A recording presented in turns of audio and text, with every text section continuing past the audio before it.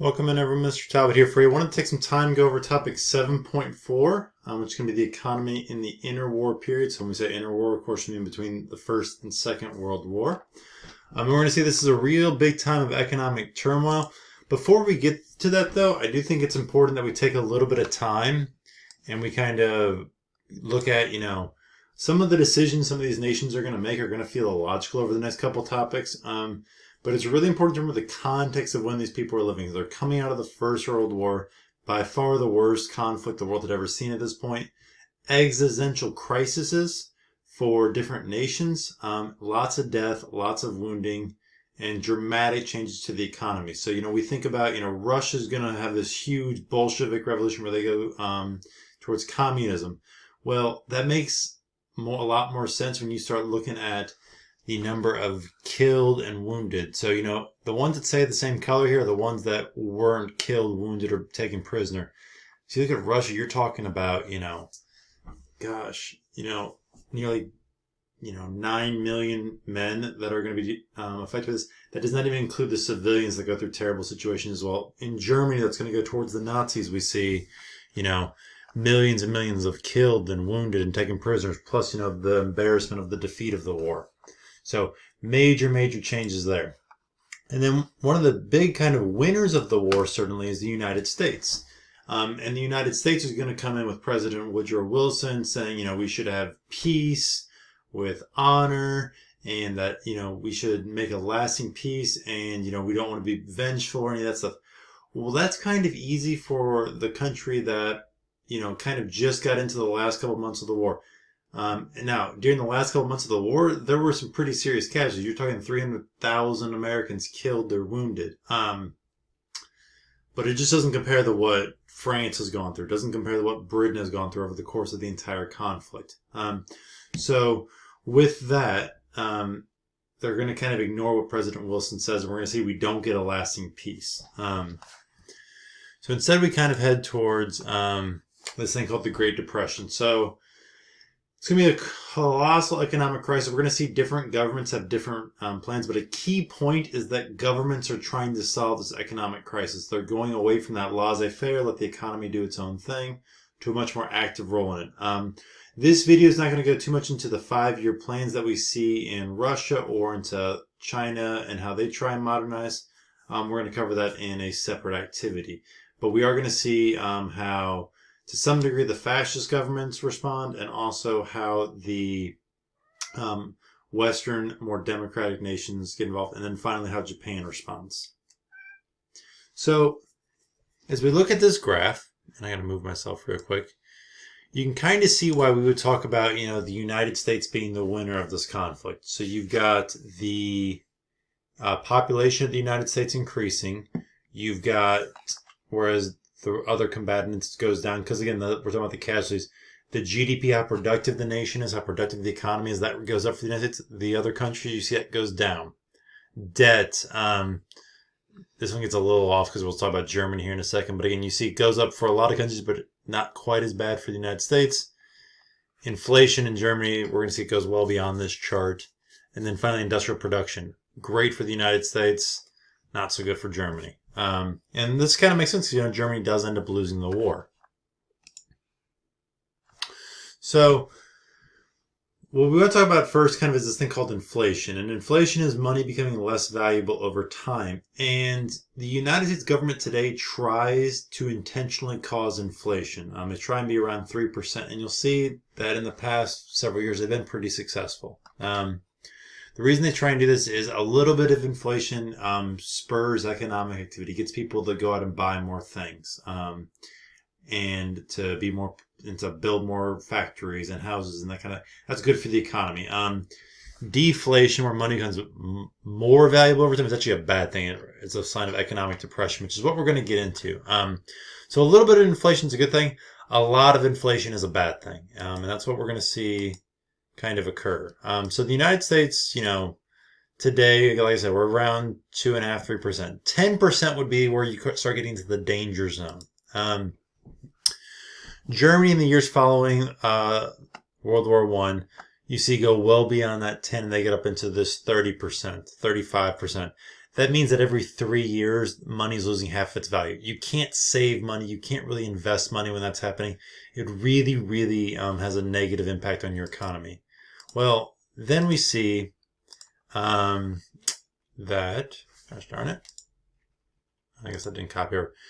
That number is going to go from 35%, and it's going to go higher as the years go on. What happens is that because Germany loses the war, the Treaty of Versailles signed and forces Germany to pay reparations. Well, Germany says, we're going to just print off a bunch of money to pay off our debt. You'll hear people say that, well, why doesn't the United States print off a bunch of money to pay debts? The reason is because it sparks massive, massive levels of inflation. This goes from your money would lose value every 3 years or so to the next year, 1924, it was 100% inflation. Money lost its value in 1 year. It lost half its value. Then a little bit after that, we go into the thousands of percent, and then to the millions of percentage, and to the billions of percent. Money was losing its value so fast that people would stop spending it. Kids would play with blocks of money for toys. People make kites out of money. This guy here is getting his pay for half a day of work. It's called a shoe leather economy. He would take this wheelbarrow full of money and he would race down to the store to spend it before it lost its value. So real extreme situation. Finally, they basically restart their economy and they are going to kind of need foreign investors to do that. Well, they turn to the richest country in the world at the time, which is now the United States. The United States is going to send Germany a lot of money. In 1928 and 1929, Germany starts getting back on its feet economically. Things are starting to get better. Now, I do want to take a little bit of time because we talk about economics. It's going to be easy to kind of get hyper-focused on, just the economics of it or just the, the war. Well, amidst all of this is a global pandemic, something we're living through right now with the coronavirus.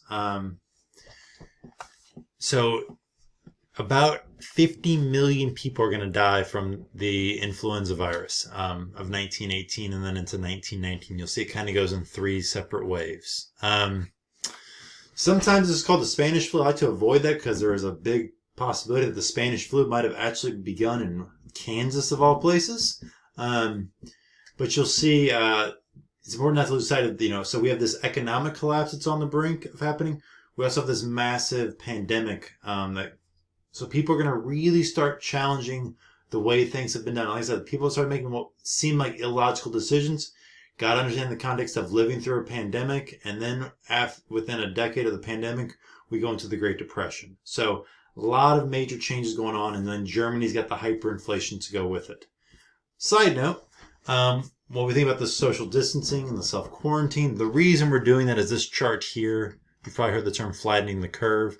In 1918, as soldiers are coming back from war, people are trying to celebrate the end of World War I. And so 2 cities had these parades planned to celebrate the end of World War I.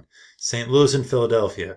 St. Louis listened to public health officials and said you probably shouldn't do this because of the global pandemic that's starting. And you see because they canceled that parade and the rally and stuff, their curve is a lot flatter. Philadelphia did not listen. And as a result, more people are going to die in Philadelphia. So that's why we're staying at home. So the Great Depression is going to get kicked off, but what's one of the causes is we have a lot of debt. So Britain, the U.S., France, they're all in a lot of debt from this war. Germany is too, but then Germany, like we said, has to pay off that war debt. So they're going to now go into further debt.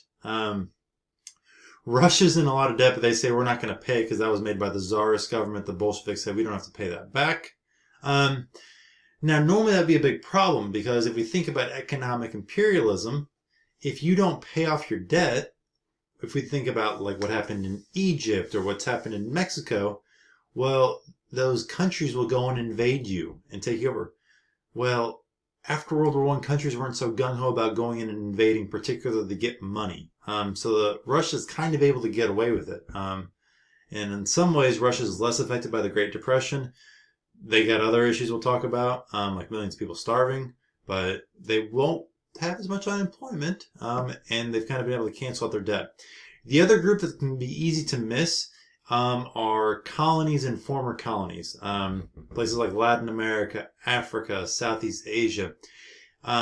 These places don't have diverse economies. We think about, Latin America, a lot of countries are hyper-focused on one crop, as well as that's the case in Africa. They have one trading partner usually. And the trading partner is that mother country, usually in Europe. And when their economies collapse, they're not going to be buying as much stuff from you. So then your economies will collapse. So that's why the Great Depression goes beyond just one country, and it really is going to affect the whole world. Move my face off of John Maynard Keynes here. So when the Great Depression happens, it happens because the U.S. stock market's going to collapse in October of 1929. World trade's going to drop by 60+%.